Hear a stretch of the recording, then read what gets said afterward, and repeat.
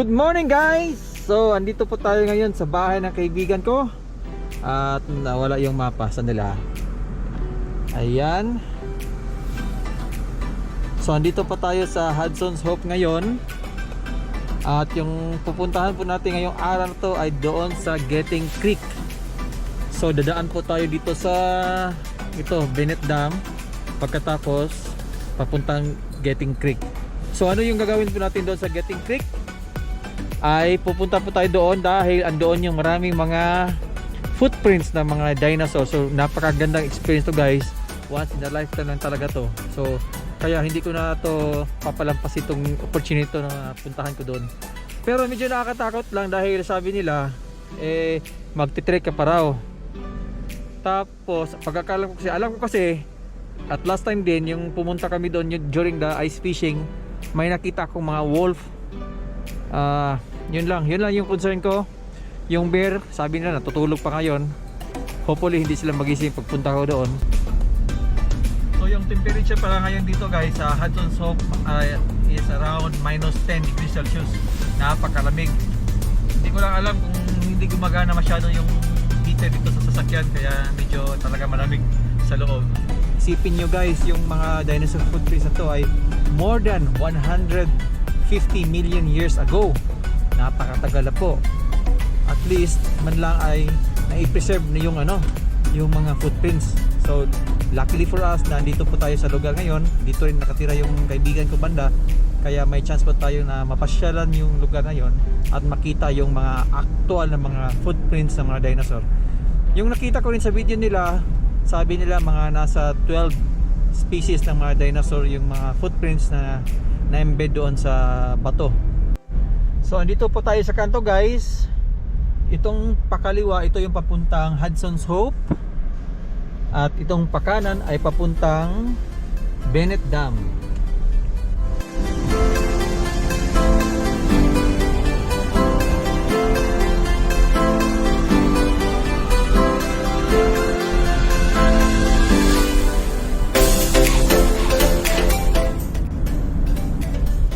Sarap sana mag-bike dito guys, pero ang problema lang hindi natin kaya yung lamig, grabe.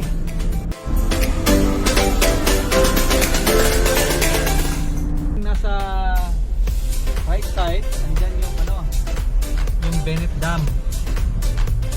So sa nakita ko sa mapa, diretso lang daw tayo. Tatawid pala tayo ng dam.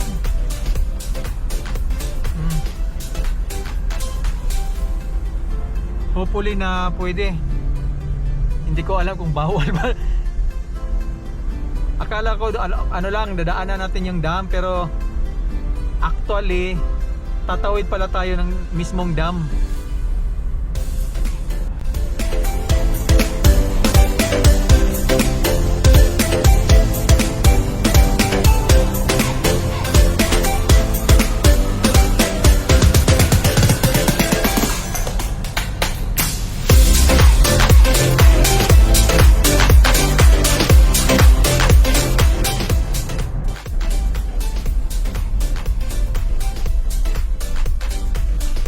Nakakatakot na guys. Tama ba to? Bahala na. So along the way lang guys. Along the way pa tayo ngayon ha. Pero medyo nag-alanganin ako. Ang tanong ko lang ngayon kung kakayanin ba to ng ng gulong natin. Hindi ba to madulas? Nakakatakot naman. Medyo mali yung decision kong matuloy ngayon ha. Check ko lang sa labas guys ha.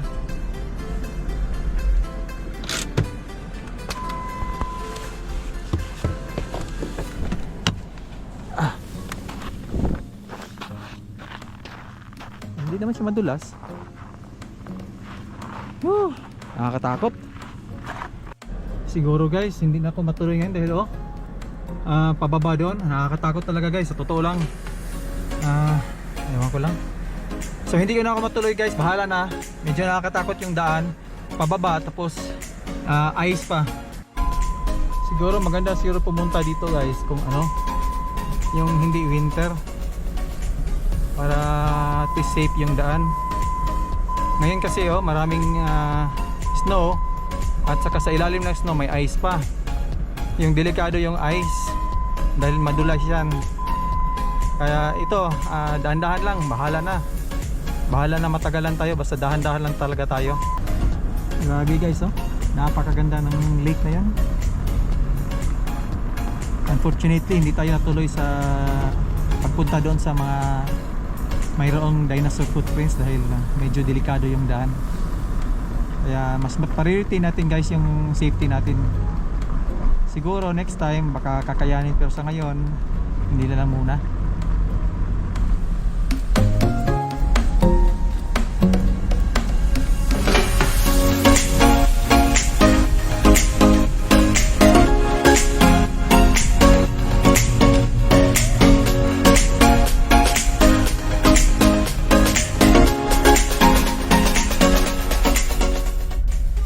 Dito na po tayo sa Bennett Dam guys. Araw ngayon pala is Thursday, so most probably open sila ngayon. Kaya ikot-ikot po tayo dito sa dam. So kung maglalakad kayo guys dito sa snow, kung yung puti yung kulay, okay lang yun. Ito yung delikado, ito yung slippery.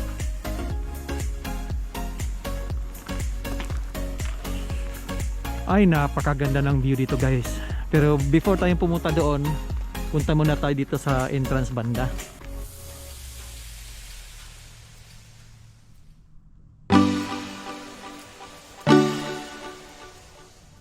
So itong party guys ay ang turbine runner ng dam. Ayan, oh. So grabe, ang laki. Nakalimutan ko yung gloves ko dun sa sasakyan, kaya medyo sumakit yung mga kamay ko dahil sa sobrang lamig. Woo! So makikita din natin yung mga deers, oh, yung elk. Tapos andito rin yung paano sila nag-preserve ng mga hides o yung mga balat ng mga deer.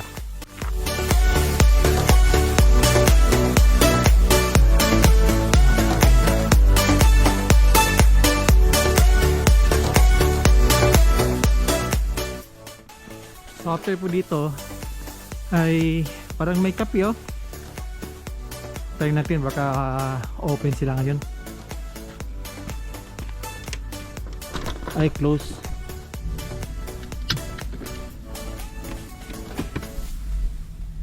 Grabe guys, ang sakit sa kamay, lalo na kung hindi ka naka gloves tapos ang lamig pa. Grabe. So ngayon guys, since na hindi natin nakita yung yung mga dinosaur footprint po doon sa dito po sa creek banda, ay pupunta na lang po tayo doon sa museum dahil mayroon din silang mga footprints ng dinosaurs doon. Dito po sa Canada guys, especially dito po sa mga remote areas like Hudson Soap, ay marami po kayo makikita mga deer along the highway. So kaya ingat din minsan, especially during magdadrive, lalo na kung may snow. And luckily for us today na wala masyadong snow, andyan lang sa gilid dahil nga medyo mainit na yung araw pero malamig naman yung hangin.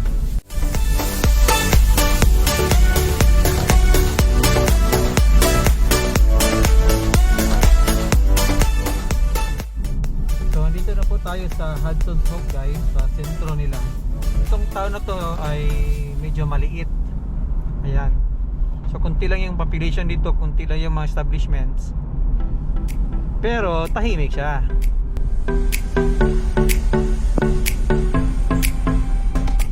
So dyan banda sa kaliwa guys, yan yung pong post office.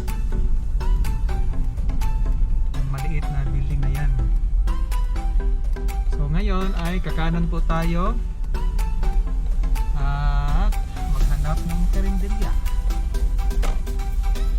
Natin to, baka pwede tayong kumain dito. Restaurant, nakalagay kasing restaurant eh. Ayan, oh. On the Rim. Dyan sa unahan guys, may museum dyan eh. So after dito siguro ay papasyalan po natin yung museum dyan. Ayan, oh. On the Rim Restaurant.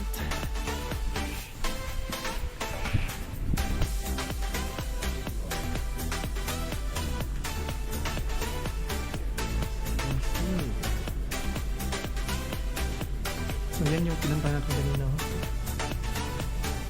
Bennett Dam.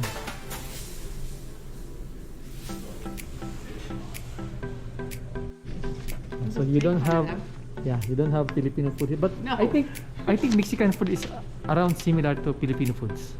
Okay. Yeah. So If you say so. yeah, maybe. Okay, can I have bacon double cheeseburger Yeah, sure. and also one coffee? Yeah, just help yourself to the coffee there. Ah, Just help From yourself to there? the coffee. Creamer's in the right hand side of the cooler, and I'll bring the burger out when it's ready, okay? okay. Thank you, ma'am. Okay, yeah.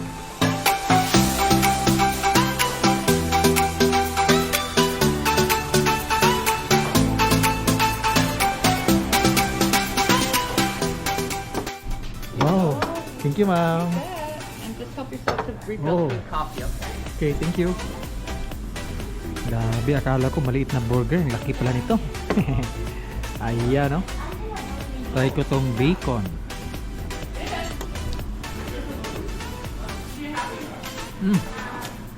Grabe, sarap. Grabe, ang dami palang burger na yun. Busog na busog. So ngayon guys, ay pupunta na naman po tayo doon sa museum.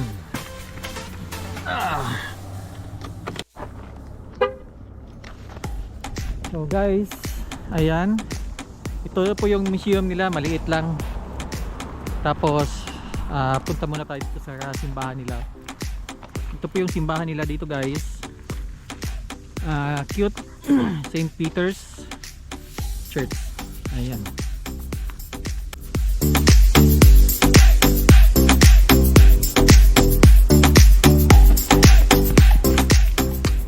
So dito po sa museum. Hello ma'am. Fine. Can I take some videos? Yes, please. Thank you. So this is the actual relics ma'am from the dinosaurs? Yes. Oh. Nice. And this All from ones that were, those are castings. are cast, okay? Yes. But you have an actual bone here, dinosaur bone? Yes. Oh. There is those castings of the little ichthysauruses Okay. that were found in Williston Lake. So those are these ones right here. So those are castings, okay? Yeah, those are castings as well. We don't get the real ones because we Ah, don't yeah. have security. So Yeah, we yeah. can't have them. But there's a dinosaur bone here. This is that Alphasaurus bone. And it Oh. was found in the Pine River by Tumbler Ridge. Oh, nice. And this is also the That's a rock formation of a footprint. okay. So that's the footprint, Yeah. and then it's raised up from the rock around. Ah, it. yeah. Yeah. We see lots of them up on kind of Williston Lake on the far side. There's lots of Winston Lake. pathways. It's far away from here. No, it's behind the Bennett Dam. Oh, So you go to the Bennett Dam, yeah. you cross the dam, Yeah. and then there's some mountainous Yeah. kind of area, and that's where they're finding the trackways. Okay. Yeah. So there's quite a few trackways that are found, and lots of little fossils, the ammonites, little shell fossils like that. Is this your first time visiting? Yeah, this is my first time visiting here. So there's lots of fossils. They're hard to see in here maybe with the light, but Yeah. we were an old seabed Ah. here. So that's why we have mammals, the water mammals, the Yeah. ichthysauruses, Mm. and of course the dinosaurs to a great degree. I think this side is all rocks. There's some fossils in there. Plant ones, eh? Oh, they have also plants. Yeah, lots of plants, grasses. Nice, huh? They have preserved the plants also. Pardon me? Good also because they have preserved the plants Yeah. for a million of years. Exactly. No, these are real. Oh, real? Yeah, these are the ones that they have found around here. Oh. So this one and this one appears that maybe they're a spine of a fish Okay. in the vertebrates. But lots of different ones, little mollusk type things, ammonites, like a perfect round one there. Very nice. You'll find lots Oh. of them around here. Yeah. Whereabouts are you from? I'm from Manitoba. Oh, Manitoba. And I have a friend here. Uh-huh. I'm just visiting, but this coming Sunday I'll going back here. Time to go back? Yeah. Most of these things, you can still find like the shell fossils and the corals and things around. Most of the big dinosaur bones they found when they were building the Bennett Dam. Oh. Yeah. Actually, Have you toured up to the dam? actually before I come here to Hudson's, I went to Bennett Dam. Because yeah. it is kind of cool, isn't Yeah. it? So when they were blasting in the rock quarries Mm. for the dam, So they they have this found that's a tooth of a Columbian mammoth. Oh. So that's the mammoth. Eh? Yeah, that's what they would have looked like. In the northern part, like Yukon, Alaska, they have the woolly mammoth. Mm. They have hair, like Ah. big hair coats. Like a bison. Yeah, we were more temperate climate, Okay. like very deserty dinosaurs and stuff, and so we had the Columbian mammoth, which are very short hair. And then we have mastodons. They found mastodon tusks in the quarries. And this one, ma'am, what is this? That Casting also? that's a casting, yes, and it's a But that is the they call actual them a size. theropod. This is a real track, but it's a casting of Oh. the real track. Yeah. They're like a feet They're of. kind of cool. They're like a feet of a chicken. Yeah, like a chicken. Like a chicken. Yeah. And this is another big one. Oh, this one is a bigger one. This is a plastered one, but it's a different. We do have a big rock. I'll show you. Come outside. Oh, you have rock? We have a big rock with a big track. Which is kind of cool. So this is also actual track, footprints. Yeah. Oh, nice. It's kind of cool just because it's massive. So these vehicles here, ma'am, are part of the museum? Yes, they are. Oh. Yeah, old It's coal old, parts yeah. and an old tractor. So this is, an actual track. Actual track, wow. So big. It's it's Huge, yeah. Big rock. And these are castings that they've taken of, of From the track. actual, yeah. Yeah, So these are maybe coming from the. they'll be from up there somewhere. Yeah, Yeah, somewhere. yeah. It's still big, it's very big compared to my shoes. Oh yeah, Yeah. they are quite big. And these ones they're the same but from a different track, right? So, Okay. but they're from the same. Yeah, napakabait yung mga Canadian dito, guys. So may little tour pala tayo dito ngayon. Ayan, no? Medyo nakakatakot pala dito dahil akala ko malalim pala dito sa ilalim, oh. Yan. Oh, grabe, lamig. Napakaganda. Mayroon din silang staff na, no? Ano ito? Ito. Yung baso. Ayan. Nakakatakot yung malaki. So may mga painting sila dito. Ayan yung malumang tools. Malumang sapatos. Ito yung mga hunting. Yung mga pang-hunting nila ng mga tools dati na ginagamit ng mga Indian. Mga bato yan, oh. Ayan. Ayan, mga bato yan, guys, na ginawang mga arrows or knife. So dito naman, ang ganda ng art, oh. Dito naman ay yung mga ginagamit nila during World War II. Ayan, oh. Yung may mask nila at saka yung yung iba pang mga gamit, yung mga record pa, yung baril, German lager. So ito yung mga pistol para ginamit dati yung World War II. Yung rifle naman, carbine rifle, jungle. At saka yung uniform nila, at saka ito siguro yung parang Morse code para mag-transmit sila ng mga gawin sila communication nila. Ayan.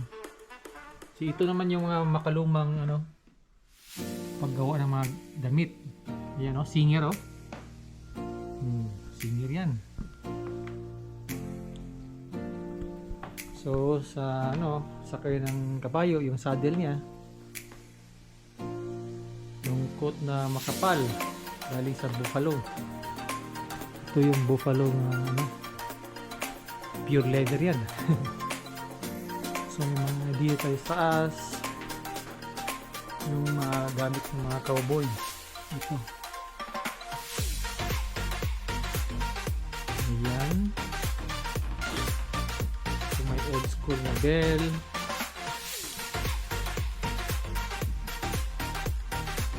Daming mga gamit dito guys, so na naka-display.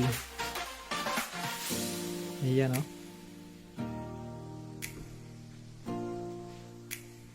Getting exhibition.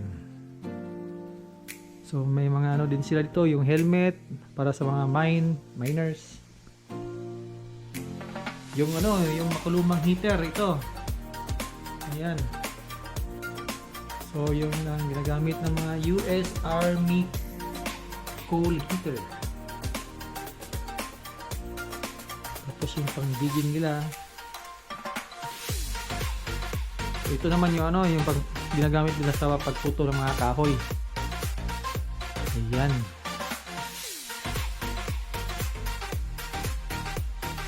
So ito mga tao na sinaunang mga tao dito siguro to. Ayan.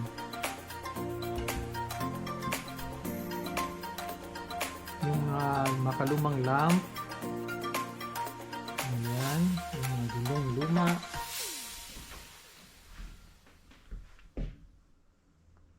So yun siguro itong pangluto. Ayan. Ano to? Sigarilyo? Lalagyan mo ng sigarilyo.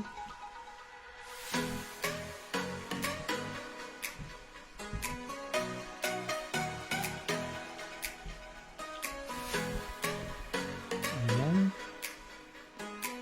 So yun guys, naikot na po natin yung museum. So dito na po tayo sa papasok dito po sa Peace Canyon Dam, kung saan ay dito yung nakalocate yung Dinosaur Lake. Ayan. Kung bakit to tinatawag nilang Dinosaur Lake guys, dahil before marami silang nakita mga remnants ng mga dinosaur dyan po sa ilalim ng Dinosaur Lake.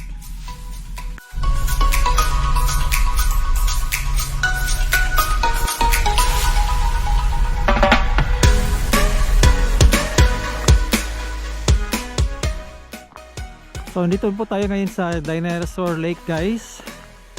At sa nakikita natin dyan sa harapan po ay may ice pa po. Nag-a-ice ang upper part ng lake. So ayan, dahil sa sobrang lamig. So itong lake na to dati marami silang nakitang dinosaur remnants dyan sa ilalim, kaya tinawag itong Dinosaur Lake.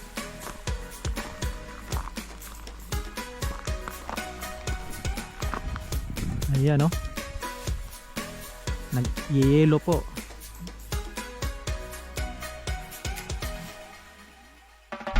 So, pupunta po tayo ngayon dito sa view deck ng ng Canyon Dam, Peace Canyon Dam.